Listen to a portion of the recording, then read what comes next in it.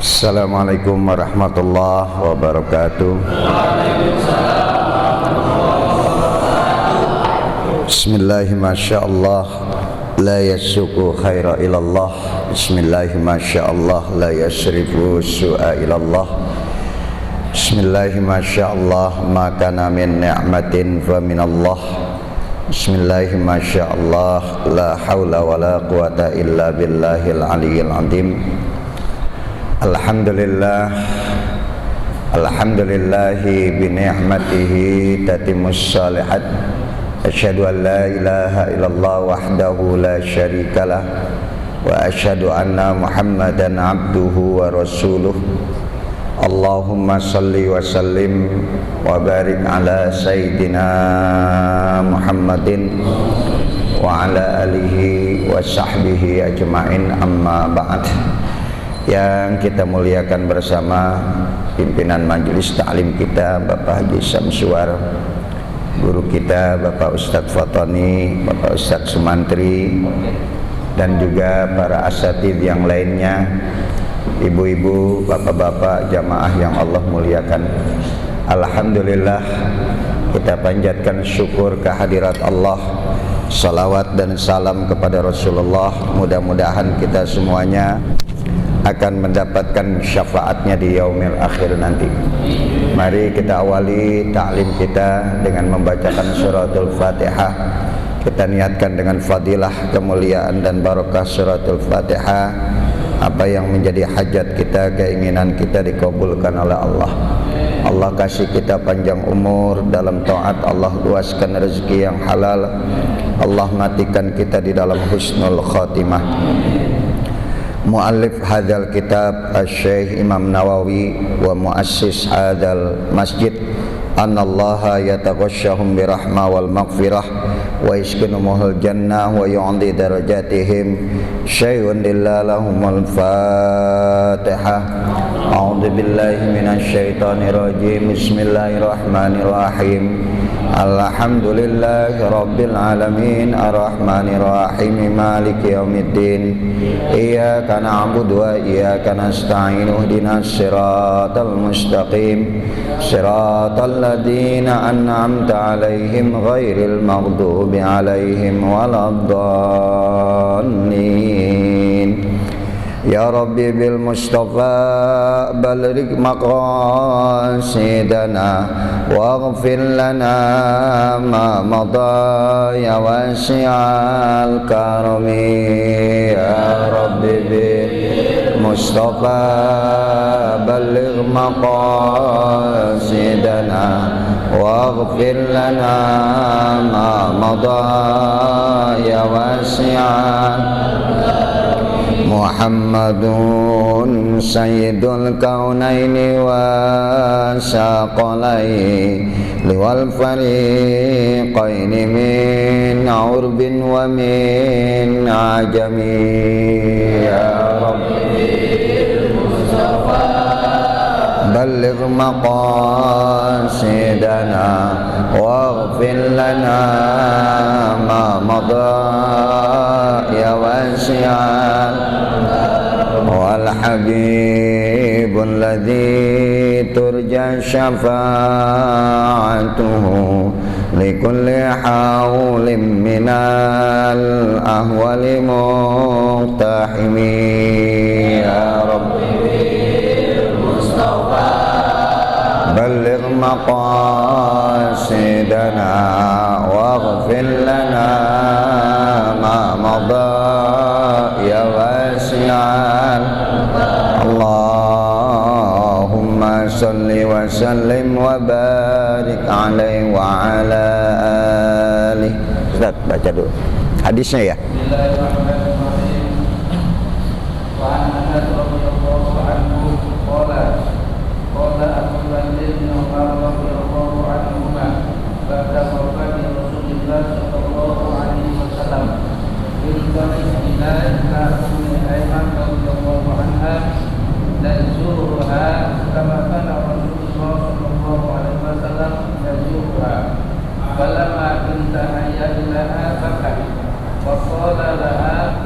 فقال لها ما يبكيك amma ta'lamina anna ma'indallahi khairun li Rasulillah sallallahu alaihi wasallam.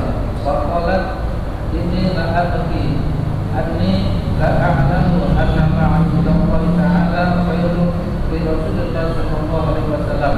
Walakin abki anna wahya qad qata'a minas samai fa ayya jaduma ala al-bukai wa ja'ala yabqiyani ma'a Muslim. Ya, satu aja.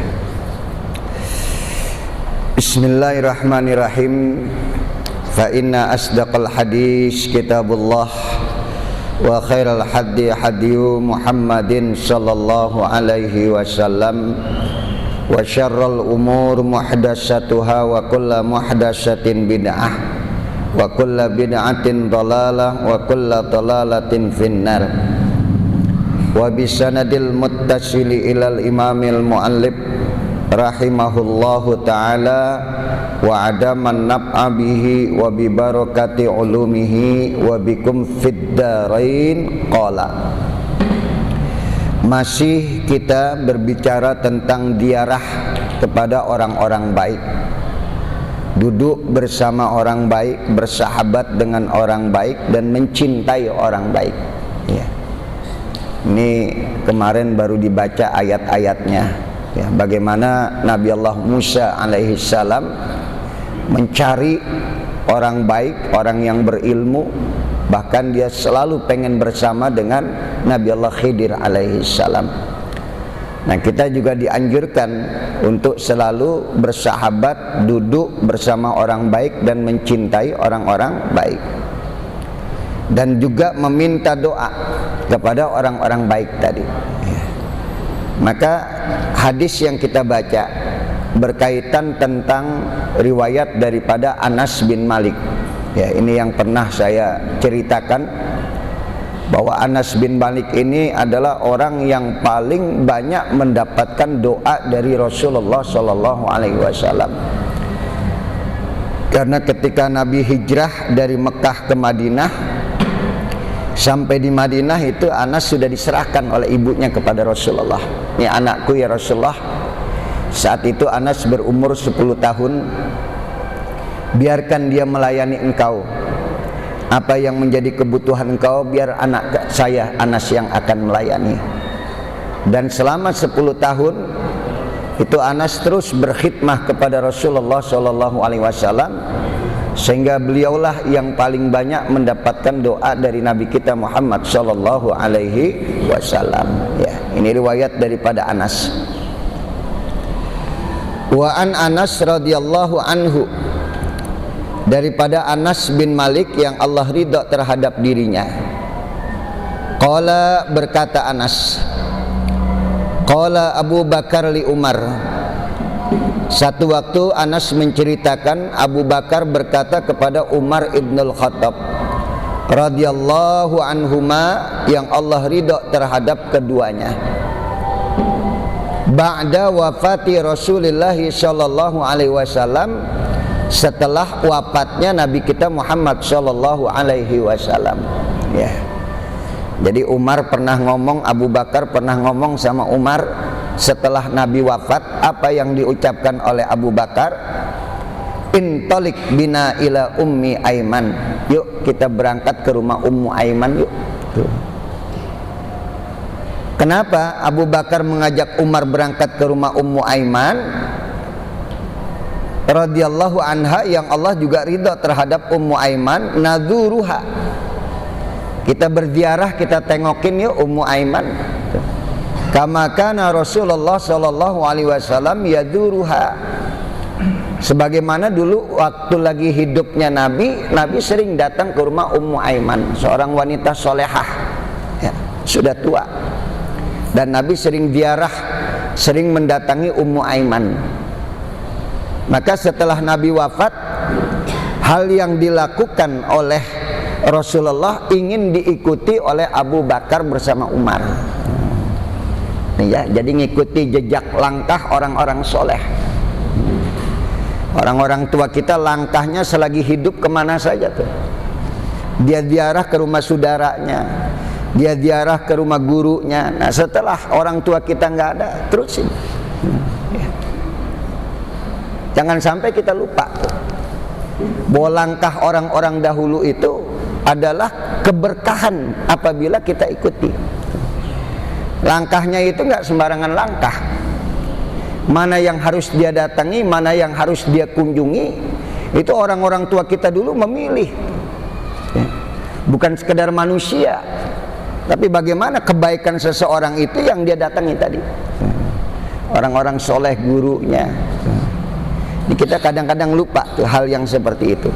Ayo kita berangkat yuk, kata Abu Bakar kepada Umar. Ke rumah siapa? Ke rumah Ummu Aiman. Karena dulu selagi hidupnya Rasulullah Shallallahu Alaihi Wasallam, Rasulullah sering datang ke rumah Ummu Aiman. Falamman tahaya ilaiha, maka ketika sudah sampai Abu Bakar dan Umar ke rumah Ummu Aiman, bakat, nangis saat itu juga Ummu Aiman. Ngelihat ada Abu Bakar, ngelihat ada Umar. Dua sahabat yang sangat dekat dengan Rasulullah, termasuk dirinya juga yang dekat dengan Rasulullah. Jadi ketika Abu Bakar dan Umar nyampe ke rumah Ummu Aiman, spontan saat itu juga Ummu Aiman langsung menangis, bakat dia menangis. Maka berkatalah Abu Bakar dan Umar, faqala laha, maka berkatalah keduanya, ma yubkiki, kenapa engkau menangis?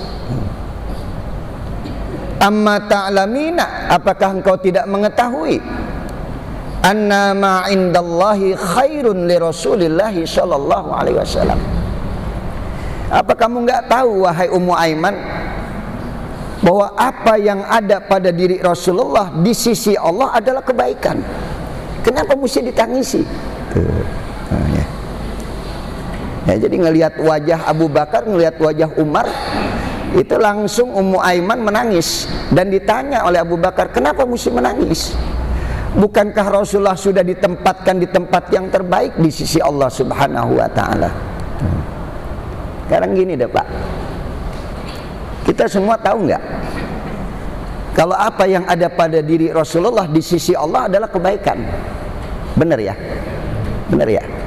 Itu nggak diragukan lagi ya. Sekarang saya mau tanya, andai kata seandainya Bapak diberikan kesempatan hidup di dunia ini ketemu dengan Rasulullah, kemudian Bapak Ibu akan ngomong apa sama Rasulullah? Akan bicara apa kepada Rasulullah? Andaikan satu waktu kita diberikan kesempatan bisa bertemu dengan Rasulullah, kita bakal ngomong apa sama Rasulullah? Kita akan bicara apa sama Rasulullah? Gak mungkin kita keluar kata-kata. Begitu indahnya kehidupan Rasulullah, begitu indahnya akhlak Rasulullah, sehingga kita nggak bisa sempat lagi untuk berbicara kepada Rasulullah. Menatap wajahnya saja sudah merupakan kenikmatan yang luar biasa. Bahkan diberikan waktu saja kita bisa bertemu dengan Rasulullah Shallallahu Alaihi Wasallam, rasanya itu udah kebahagiaan yang nggak bisa diukur dengan apapun juga. Maka orang-orang yang pernah hidup dengan Rasulullah melihat sahabat-sahabat Nabi apabila mereka datang berziarah, menjenguk dirinya, menengok dirinya, mereka nggak kuat ngelihat. Karena setiap ngelihat Abu Bakar, ngelihat Umar, mereka seperti melihat Rasulullah Shallallahu Alaihi Wasallam. Ya. Kita nggak pernah tahu Pak, Bu, kita ini harus dilahirkan dengan orang tua mana, kita nggak tahu. Kita nggak pernah bisa menentukan kalau bapak kita itu dulu adalah orang tua kita, ibu kita adalah orang tua kita. Kita nggak pernah bisa memilih siapa yang harus menjadi orang tua kita. Maka ketika kesempatan kita bisa melihat masih ada zuriyah Rasulullah, masih ada keturunan Rasulullah Shallallahu Alaihi Wasallam, yang kemarin kita sambut kedatangannya, yang kemarin kita gembira kehadirannya. Saya nggak membayangkan ada orang yang jalannya lumpuh tapi dia pengen datang, pengen melihat, menyambut. Dan mereka yang hadir tidak pernah memikirkan biaya dari daerah manapun. Berbondong-bondong orang berdatangan menyambut kedatangan zuriyah, keturunan. Darahnya Rasulullah itu ada pada Habib. Itu baru ngelihat zuriyah, keturunannya. Gimana kalau kita diberikan kesempatan oleh Allah melihat wajah Rasulullah ataupun bertemu dengan Rasulullah Sallallahu Alaihi Wasallam? Maka kesempatan hidup kita masih bisa bertemu, masih bisa mendengar ceramahnya. Ini udah luar biasa. Kuntum khaira ummah. Bahkan Nabi membanggakan kita yang kita nggak pernah ketemu dengan Nabi. Nabi katakan, kalau kalian cinta kepada aku, kalau kalian senang kepada aku, kalau kalian bahagia hidup bersama aku, biasa. Karena kalian melihat bagaimana apa dan yang aku lakukan, kalian tahu, kalian lihat. Akan tetapi nanti di akhir zaman ada umat yang tidak pernah melihat wajahku, ada umat yang tidak pernah hidup bersama aku, tapi kecintaannya kepada aku melebihi daripada kalian. Siapa kita ini? Kita nggak pernah melihat wajah Rasulullah, kita nggak pernah mendengar suara Rasulullah, tetapi kita ngelihat dzurriyyahnya saja, kita ngelihat darahnya saja. Masya Allah, luar biasa kegembiraan kita, kesenangan kita. Gimana kalau ngelihat Nabi kita Muhammad Sallallahu Alaihi Wasallam? Dan mahabbah kita nggak habis-habis. Maka oleh karena itulah Ummu Aiman nggak tahan. Dia langsung menangis ketika melihat Abu Bakar, melihat Umar datang mengunjungi dirinya. Saya pernah datang ke rumah saudara saya. Begitu saya datang, Pak, dia cuma ngelihat muka saya. Dia cuma ngomong, lu datang gue inget bapak lu dulu. Bahas. Begitu kamu datang saya ingat orang tua kamu. Kebayang semua. Bener nggak? Kalau kita ngelihat saudara kita, ngelihat siapa kita ingat tuh turunannya seperti apa. Makanya saya sering sampaikan, andai kata kamu nggak bisa cinta kepada Habib yang menjadi darah dari Rasulullah, benci jangan, apalagi memfitnah. Kalau kita nggak bisa cinta kepada zuriyah keturunan Rasulullah, jangan benci, jangan memfitnah. Kamu akan dihinakan oleh Allah Subhanahu wa Ta'ala. Orang-orang yang memfitnah habaib, yang memfitnah keturunan Rasulullah, sementara kakeknya dulu dimuliakan oleh Allah. Tidak ada makhluk yang dipuji oleh Sang Pencipta begitu tinggi pujiannya, melainkan hanya kepada Nabi kita Muhammad Sallallahu Alaihi Wasallam. Wa innaka la'ala khuluqin azim. Sungguh kau Muhammad mempunyai akhlak yang sangat tinggi, akhlak yang sangat mulia.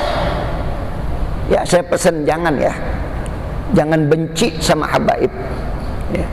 Kalau anda nggak bisa cinta kepada habaib, jangan benci saja. Ya. Lihat nanti, dan kita akan saksikan siapa orang-orang yang pernah memfitnah dan membenci para habaib keturunan Rasulullah. Nanti Allah yang akan merendahkannya, Allah yang akan menghinakan sehina-hinanya oleh Allah. Ya. Kita tidak boleh. Ya. Habib tidak pernah tahu dia harus jadi keturunan Rasulullah. Kita pun nggak pernah tahu kalau bapak kita adalah si A, si B. Allah yang menentukan semua garis. Dan satu yang nggak bisa dibeli, nasab, keturunan. Keturunan itu nggak bisa dibeli, nggak bisa dicari.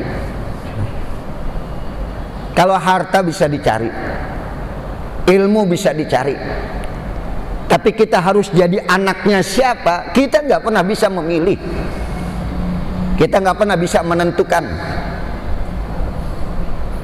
Oleh karena itulah, beruntung kita kalau orang tua kita orang baik, ibu kita orang baik. Dan beruntunglah kita kalau masih bisa melihat ada keturunan orang yang soleh, ada keturunan orang yang mulia, dan kita bisa melihat wajahnya. Beruntung kita. Allah tidak akan menyia-nyiakan makhluk dan keturunannya yang pernah dipuji di dalam Al-Quran. Semua darah daripada Rasulullah SAW Allah akan jaga, Allah akan pelihara, Allah akan muliakan. Sampai nanti di akhir zaman, ketika Dajjal sudah turun, dan ketika Dajjal menghentakkan kakinya ke bumi, dua kota yang tidak bisa dimasuki oleh Dajjal yaitu Mekah dan Madinah. Ketika Dajjal menghentakkan kakinya ke bumi, maka orang-orang munafik yang ada di Mekah, yang ada di Madinah, mereka keluar dari kota itu, dan mereka terkena fitnah daripada Dajjal. Maka saat itulah ada seseorang yang menjadi zuriyah Rasulullah, yang menjadi keturunan Rasulullah SAW, yang namanya sama dengan nama Nabi, dan bapaknya sama juga namanya, Muhammad bin Abdullah. Yang pagi hari ilmu yang dia miliki tidak seberapa, tapi begitu sore hari Allah berikan seluruh ilmu kepada dia, dan dia menjadi pemimpin, menjadi orang yang mulia di kota Madinah, dan dialah yang bakal memimpin umat Islam untuk melawan Dajjal. Yang pagi-pagi belum punya ilmu apa-apa, sekedar ilmu yang dia miliki, tapi karena ada darah Rasulullah SAW pada dirinya, Allah angkat, Allah muliakan setinggi-tingginya. Ini yang nggak pernah kita tahu. Wa tu'idzu man tasya wa tudhillu man tasya. Wa tu'idzu man tasya.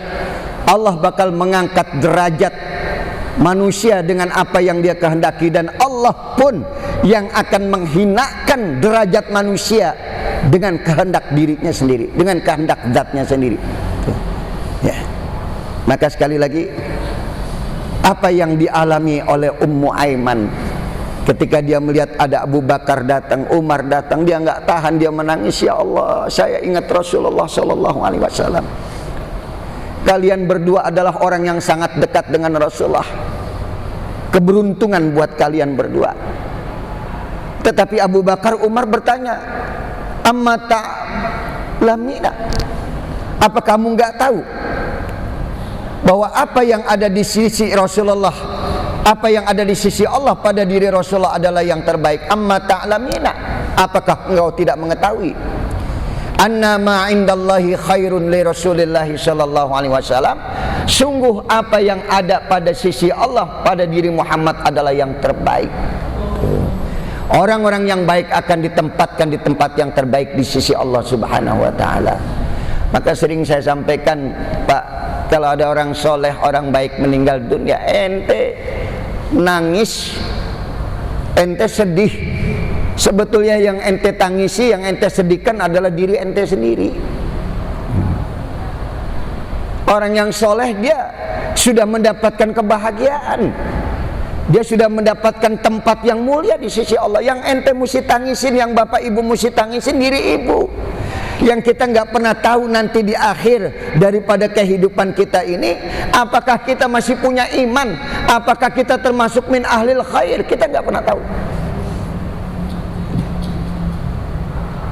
Dan itu kita nggak bisa merencanakan. Di akhir hayat kita bisa husnul khotimah, kita nggak bisa merencanakan.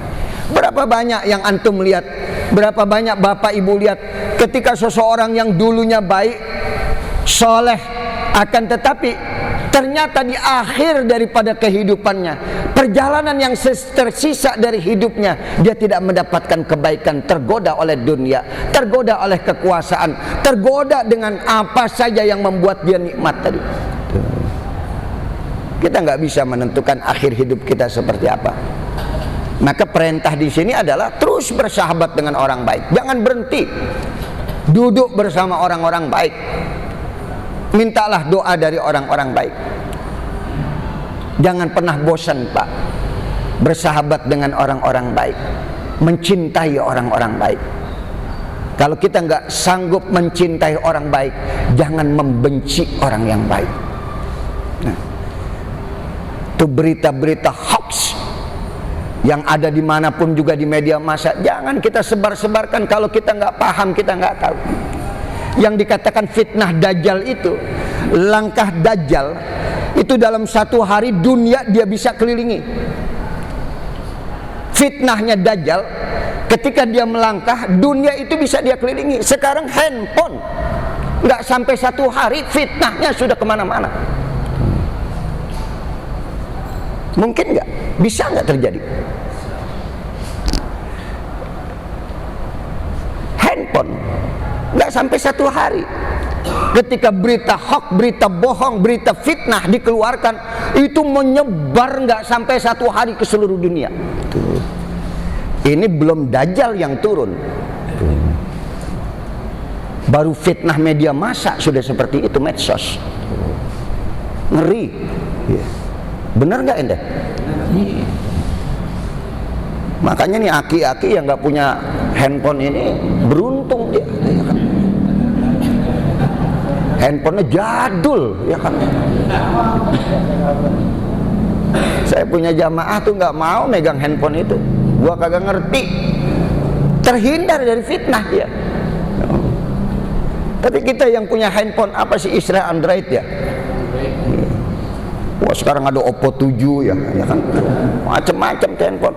Wah, canggih-canggih. Tapi di situ fitnah. Apa yang digambarkan oleh Rasulullah bahwa langkah Dajjal itu menyebarkan fitnah, satu hari dunia itu bisa terkena fitnahnya. Sekarang nggak usah sampai Dajjal, handphone saja sudah menyebarkan fitnah yang tidak kurang dari satu hari. Ini makanya hati-hati nih ibu-ibu. Anak megang handphone, asik dengan dunianya, emaknya, bapaknya sama, nggak ada yang ngobrol berdua, bertiga itu. Iya kan? Asik dengan dunianya tuh. Emaknya lagi WA-an, bapaknya lagi main Facebook, anaknya lagi apa? Game tuh, ya kan? Pembantunya kagak masak, lagi main WA juga, ya kan? Masya Allah. Ada bagusnya enggak? Ada. Teknologi itu ada bagusnya, baiknya. Antum bisa dengerin ceramahnya Ustadz Abdul Somad, antum bisa dengerin ceramahnya Felix Xiao, ya. Tapi sekali lagi jangan salah. Pisau bisa untuk memotong bawang, pisau bisa memotong kelapa atau memotong mangga, tapi pisau juga bisa membunuh manusia. Handphone juga sama. Maka manfaatkanlah yang baik tadi, teknologi yang baik untuk kebaikan kita. Ini yang saya nggak pernah gambarkan, subhanallah. Kalau fitnahnya Dajjal sedemikian hebatnya, ternyata sebelum Dajjal turun, ini fitnah sudah kemana-mana, merajalela, menyebar. Sampai orang-orang yang baik, orang-orang yang dulunya rajin ibadah ada di tempat yang baik, karena fitnah tadi timbul kebencian, timbul hati yang hasut, dengki kepada seseorang. Saya cuman sedih aja, ya. Kalau ada orang baik difitnah, ada dzurriyyah Rasulullah SAW dibenci. Saya sedihnya cuman apa? Yang saya sedihkan cuman satu. Antum tidak pernah ketemu dengan Muhammad Rasulullah, antum tidak pernah mendengar suara Rasulullah, tapi antum masih diberikan kesempatan untuk melihat dzurriyyah Rasulullah SAW. Kenapa itu tidak dimanfaatkan dengan sebaik-baiknya? Kenapa justru timbul kebencian pada diri antum? Apa yang antum cari? Dunia. Gak lama. Jangan pernah membenci orang yang baik, ya. Tanamkan kecintaan kepada orang-orang soleh, ya. Kita lanjut. Amma ta'lamina anna ma 'indallahi khairun li Rasulillah sallallahu alaihi wasallam. Wahai Ummu Aiman, apa kau tidak tahu bahwasanya apa yang ada di sisi Allah adalah yang terbaik buat Rasulullah Shallallahu Alaihi Wasallam. Ya. Itulah yang terbaik. Orang-orang yang soleh ditempatkan di tempat yang mulia di sisi Allah Subhanahu Wa Taala. Nih saya kasih contoh nih Pak ya. Ini kita semuanya bakal mati nggak? Ya, ya. Bu bakal mati nggak? Ya. Ya terserahlah. Bapak ibu mau duluan saya belakangan ya. Atau saya belakangan ibu bapak duluan, terserah itu ya kan. Ya, sama aja ya Ki ya. Ya. Tapi yang pasti kita semuanya bakal ya, nggak ada orang yang nggak mati, nggak ada presiden yang nggak mati, nggak ada menteri yang nggak mati, nggak ada jenderal yang nggak mati, nggak ada raja yang nggak mati, nggak ada kiai yang nggak mati, nggak ada ustadz yang nggak mati, nggak ada RW yang kagak mati, nggak ada RT yang kagak mati. Semuanya bakal mengalami kematian. Bahkan terkadang kita nggak pernah nyangka-nyangka ya. Sampai ada seseorang yang kita lihat pagi sehat, sore meninggal. Ada orang yang bertahun-tahun sakit kagak mati-mati, ya kan, ya kan. Karena memang belum apa tadi waktunya. Itu nanti ketika kematian tiba, ada yang diucapkan oleh ruh saat dia akan keluar dari jasad. Ini yang menceritakan ini adalah Allah, bukan manusia. Bahwa nanti manusia ketika tiba ajalnya, datang kematian pada dirinya, dia akan bicara. Faqala Rabbi, dia berkata, ya Tuhanku, laula akhartani ila ajalin qarib fa asaddaq wa akum minas shalihin. Itu nanti manusia ketika akan lepas ruh dari jasad, dia bakal ngomong. Cuman kita yang ada di sekelilingnya nggak dengar. Apa yang diomongkan, yang dibicarakan, Allah yang nyeritain. Jangan ngomong sama siapa-siapa ya. Pak, jangan ngomong sama siapa-siapa nih. Yang diomongin apaan, ya kan? Yang diomongin oleh manusia saat dia akan meninggal dunia, faqala Rabbi, ya Tuhanku, laula akhartani ila ajalin qarib. Andai kata kau tunda kematianku sebentar aja, 5 menit, jangan dicabut dulu. Kasih waktu 5 menit. Jangan kau pisahkan ruhku dengan jasad. Jangan ya Allah, beri aku kesempatan, jangan dicabut dulu. Fa asaddaq, aku akan bersedekah. Wa akum minas sholihin, aku akan menjadi orang yang soleh ya Rabb. Aku nggak akan benci lagi dengan keturunan Muhammad, tidak.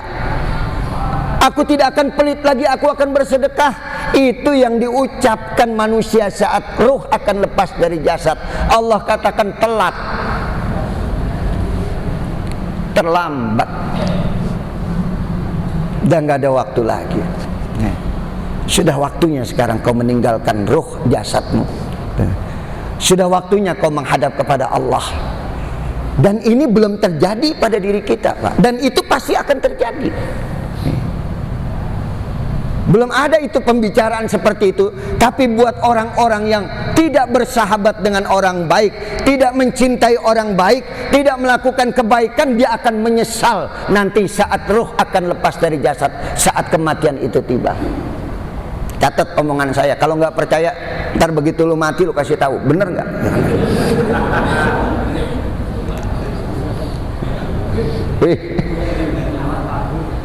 Nanti begitu mati, benar dulu Ustadz ngomong. Lah, bukan Ustadz yang benar, Allah yang berbicara di dalam ayat-ayatnya tadi. Saya hanya menyampaikan saja. Allah yang nyeritain. Nanti nih hambaku nanti akan bicara seperti itu. Siapa yang akan bicara seperti itu? Adalah orang-orang yang tidak mengambil kesempatan hidup di dunia ini dengan sebaik-baiknya. Nanti emak-emak, ibu-ibu bisa aja ngomong, ya Rabb, jangan dicabut dulu. Saya nggak bakal ngomelin laki lagi, ya Allah. Saya kan nggak akan bentak-bentak suami lagi. Ini dengerin nih, hei, ya kan?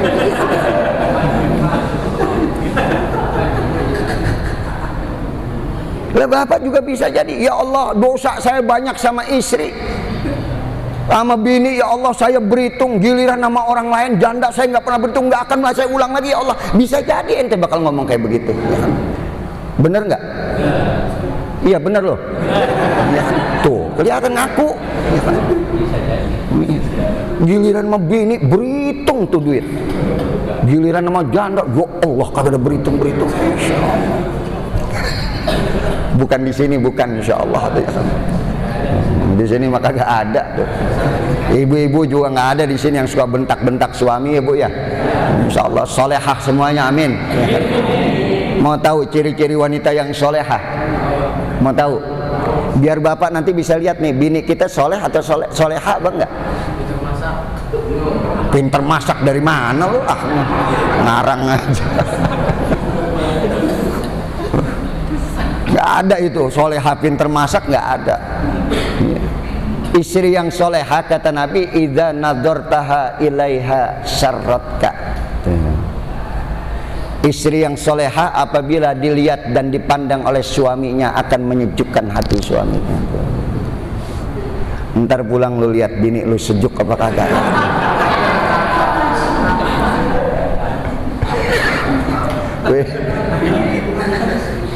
Gitu pulang kata kiai, bener apa kagak nih, ntar gua mau intipin bini gua. Dia liatin, ya ilah lo begini amat ya kayaknya. Maksudnya sejuk itu apa sih? Artinya tadi walaupun dia tidak cantik, nggak punya beban, kita punya istri seperti itu. Bahkan dia mengurangi beban kita. Tuh. Bukan soal kecantikan, ketampanan, bukan. Kita pulang dari mana-mana ngelihat istri, adem pikiran. Tapi kan ada laki-laki kalau pulang ngelihat bininya kaget, astagfirullah.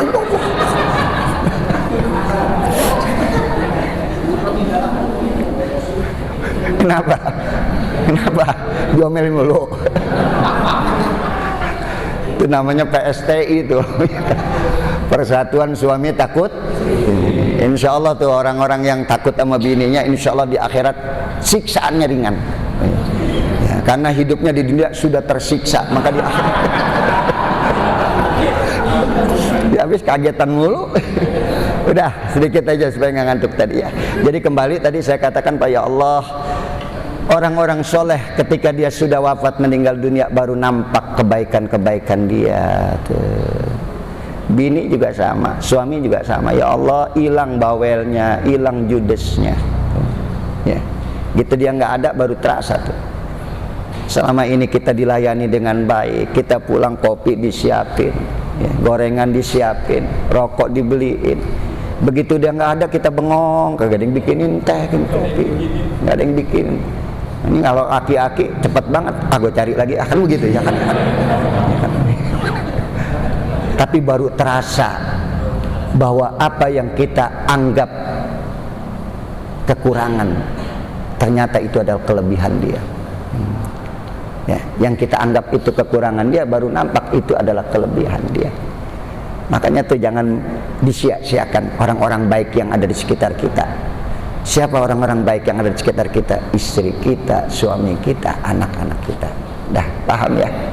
Nyesel, apalagi ini anak-anak muda yang masih pada punya orang tua. Ya Allah, baru terasa nanti kalian kalau udah nggak ada orang tua. Ya. Di situ ada doa, ada keberkahan yang doanya tidak akan ditolak oleh Allah. Du'aul walid kawaladihi kadu'aun nabi li ummatihi. Doa ayah terhadap anak seperti doa Nabi kepada umatnya. Ini ayah-ayah kalian ya. Ibu kalian itu doanya Masya Allah seperti doa Nabi kepada siapa tadi? Umatnya. Nggak ada yang ditolak. Makanya kita bisa begini nggak lepas dari doa orang tua kita. Kita punya kemampuan. Orang-orang dulu tahu diri, dia tahu dia sukses berhasil karena ibunya.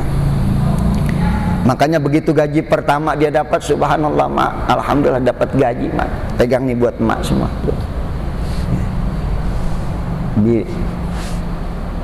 Ibunya nanya, ntar bini lu gimana? Emang bininya galak banget begitu ya kan ya? Ya. Ntar bener nggak Bu? Kita kan sering nanya ibu ya, kalau dikasih duit sama anak kita nanya kan, iya kan? Ntar bini lu gimana? Udah mak tenang aja, bini urusan saya, ini gaji pertama buat mak. Tuh, Masya Allah, nih anak soleh. Ya tentunya tadi bini kita udah siapin ya, buat emak kita bagi semuanya. Nih mak, nah, ini jangan setiap bulan dia datang emaknya dicium tangannya bolak-balik, sebulan, 2 bulan, 3 bulan, mak mau kerja doain. Udah setengah tahun emaknya ngomong, gue diciumin tanganmu nggak pernah dibagi duit. Gue heran nih anak ya. Sambil dicium diapain tadi? Bagi duit. Kasih orang tua. Ya Allah, ini orang tua nih, benar nih, tanya nih mak, begitu kita dapat duit, cucu kita datang, nggak pernah kita simpan. Saya kesel sama mertua saya pak. Saya bagi duit begitu lebaran, cucunya anak saya dibagiin semua. Ya Allah ya, kan saya kasih duit buat ayah lah. Lah ini kan cucu gua. Iya, ayah pegang, ini udah cukup. Enggak, gua mau bagi cucu gua. Tuh orang tua. Kita pengen dia pegang duit, tapi dia bagiin lagi. Dia nggak perlu. Yang dia butuhkan perhatian. Orang tua itu yang dibutuhkan perhatian. Kita nggak kasih duit, kita tengokin, nanya, ayah sehat, ibu sehat, mama sehat, bapak sehat. Orang tua ditanya begitu sama anak, gede hatinya pak. Saya punya jamaah sama, seminggu, 2 minggu, sebulan anaknya nggak nengokin dia, padahal rumahnya itu kelihatan. Itu setiap sore dia liatin rumah anaknya tuh. Sampai dia tanya sama dirinya, gue salah apa sama anak kok pada kagak datang nengokin gue ya. Begitu perasaan orang tua, semakin sensi, semakin berasa ya. Makanya ini harus yang kalian masih pada punya orang tua. Kalau saya udah ketahuan yatim piatu, bapak kagak punya, emak kagak punya, bini saya juga sama. Makanya tiap malam saya usapin palanya mulu, yatim piatu. Benar enggak? Kan yatim piatu mesti diapain? Usap palanya, usap, ya Allah. Yatim piatu. Paham nih ya? Jadi sekali lagi, keberkahan, manfaatkan hidup kita bersama dengan orang-orang yang baik yang ada di sekitar kita. Kita lanjut. Faqalat, maka berkatalah Ummu Aiman, inni la abki, sesungguhnya aku tidak menangis, annali a'lamu anna ma indallahi ta'ala khairun li Rasulillahi sallallahu alaihi wasallam. Masya Allah, lebih tinggi lagi nih ya. Jawaban dari Ummu Aiman, ya Allah, luar biasa, yang kita nggak sangka. Aku menangis bukan karena ditinggal Rasulullah, karena aku tahu apa yang ada pada diri Allah, di sisi Allah buat Rasulullah adalah yang terbaik. Bukan itu yang aku tangisin. Jadi inilah abki, aku tidak menangis, annali la a'lamu, bukan karena aku tidak mengetahui, anna ma indallah, apa yang ada di sisi Allah, indallahi ta'ala khairun li Rasulillah, adalah yang paling baik buat Rasulullah sallallahu alaihi wasallam. Bukan itu, aku tahu Allah akan menempatkan tempat yang mulia di sisinya buat Rasulullah sallallahu alaihi wasallam. Aku tahu itu. Bukan itu yang aku tangisi, bukan. Akan tetapi walakin abki, aku menangis, kata Ummu Aiman, annal wahya qadin qata'a minas sama. Yang aku tangisin cuma satu, wahyu Allah sudah tidak turun lagi dari langit. Yang aku tangisin bukan karena Rasulullah meninggal. Aku tahu Nabi ditempatkan di tempat yang mulia, tapi yang aku tangisi ternyata wahyu sudah berhenti. Kebaikan sudah tidak lagi turun dari langit. Itu yang aku tangisi. Bahwa setelah Rasulullah wafat meninggal dunia, berarti sudah habis, nggak ada wahyu turun lagi. Kita pernah berpikir seperti itu Pak ya. Kita hanya sekedar mencintai manusia yang ada ya. Antum nanti bisa bayangkan kalau udah kiai wafat, para habaib sudah nggak ada di dunia ini, guru-guru sudah meninggal dunia, kebaikan sudah tidak mengalir lagi. Makanya kalau kita nangis guru wafat meninggal dunia, bukan soal gurunya, kita tahu dia orang baik, bakal ditempatkan di tempat yang mulia. Tapi ayat-ayat Quran yang dia bacakan, hadis-hadis yang dia sampaikan sudah berhenti, udah nggak ada lagi. Seperti halnya tadi Ummu Aiman mengatakan, yang aku tangisi adalah wahyu sudah nggak turun lagi. Ayat yang terakhir turun, Sayyidina Ibnu Abbas yang tahu. Al yauma akmaltu lakum dinakum wa atmamtu alaikum ni'mati wa raditu lakumul Islam madina. Itu pada saat Fathul Mekah, pada saat khutbah wada. Itu Nabi kumpulkan tuh para sahabat.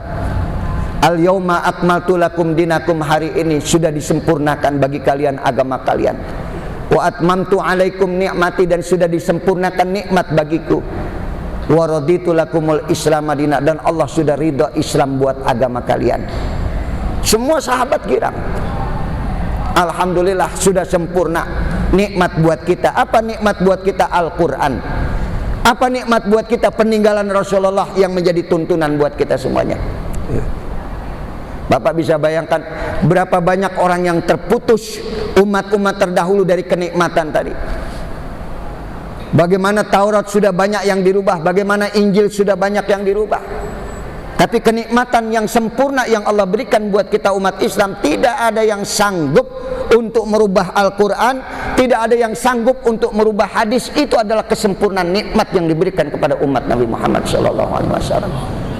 Sampai mereka tergelincir menganggap Isa sebagai Tuhan, menganggap Uzair sebagai Tuhan. Uzairlah yang menemukan tabut yang terpencar tadi. Tabut berisi Taurat, peninggalan Nabi Allah Musa, hilang saat itu. Maka Allah kirim Uzair, seorang nabi yang dia tidur selama 100 tahun. Dia bangun masih muda. Dulu pembantunya di bawah dia umurnya. Ketika dia bangun kembali, pembantunya sudah tua.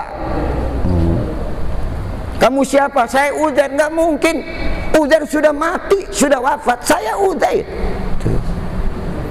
Sampai mereka menganggap Uzair sebagai Tuhan tuh, orang-orang Yahudi. Tapi kita, secinta-cinta kita kepada Muhammad Rasulullah, nggak pernah Nabi kita anggap sebagai Tuhan. Ini yang dikatakan kesempurnaan nikmat yang Allah berikan kepada kita. Tetap dia adalah seorang Rasul. Innama ana bashar, kata Nabi, walaysa kal bashar. Sekultus-kultusnya kita kepada Muhammad Rasulullah, tetap dia adalah seorang Nabi, dia adalah manusia. Maka saat itu umat bergembira dengan kenikmatan yang Allah berikan. Tapi banyak sahabat yang menangis. Abu Bakar sudah menangis, Umar menangis. Sampai ditegur Abu Bakar, Umar, kenapa kau menangis padahal kau sudah sempurna kenikmatan yang Allah berikan buat kita? Aku menangis kalau sudah sempurna Islam, nikmat sudah sempurna, berarti tugas Rasulullah pun sudah selesai. Dan mungkin Nabi setelah ini tidak akan lama lagi wafat, meninggal dunia. Betul 2 tahun setelah Fathul Mekah, Rasulullah SAW meninggal dunia. Makanya ini juga pelajaran buat kita nih. Kalau kita udah beres semua-muanya, hati-hati. Alhamdulillah anak udah pada kelar kuliah semua, udah pada nikah semua ya. Hidup gue udah tenang. Tugas udah kelar, berarti berarti tinggal nunggu apa? Waktu. Makanya jangan dikelarin dulu. Ada yang kagak mau kelar-kelar, anak udah beres semuanya, biar nggak kelar, gua kawin lagi biar lari. Ini tetap mati juga kalau udah waktunya. Udah paham ya? Nah, terakhir apa yang dikatakan tadi?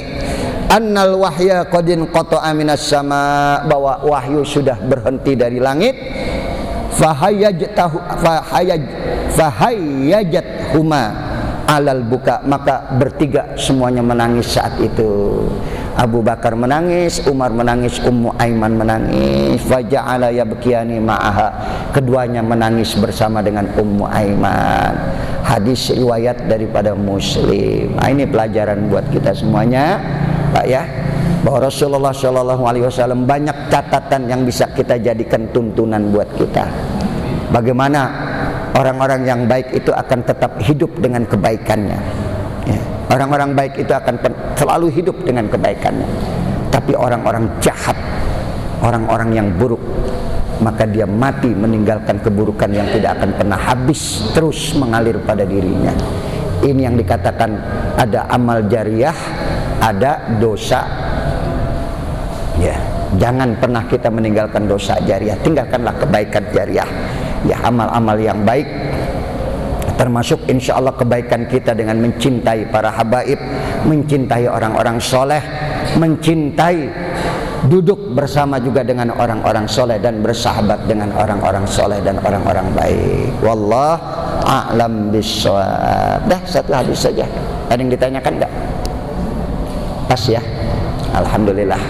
Doakan saya sehat, kita semuanya sehat. Pandemi Covid mudah-mudahan segera hilang di negeri kita. Kita doakan ya para habaib, mudah-mudahan Allah terus pelihara, Allah terus jaga. Diri kita juga sama ya, orang-orang tua kita yang sudah wafat meninggal dunia, Allah ampunkan dosanya, diterima segala amal ibadahnya. Yang sakit Allah angkat penyakitnya.